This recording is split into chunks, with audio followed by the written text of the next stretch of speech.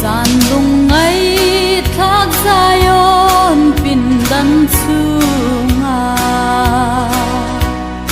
kalalpan at sen na semin tuti ang lung ngay tumpui zing chuan kalal kha phangina lorum ti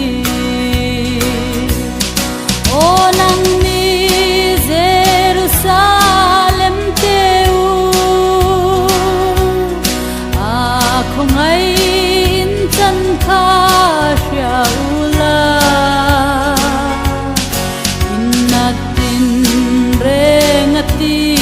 damsak teu alung ngay na haider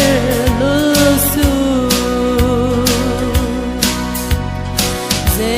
Jerusalem kulpon lama chuanin zol nei thi danani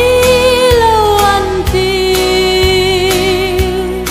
ma se ente kalvari kong lam so mi pui zi nga kalal pa kamu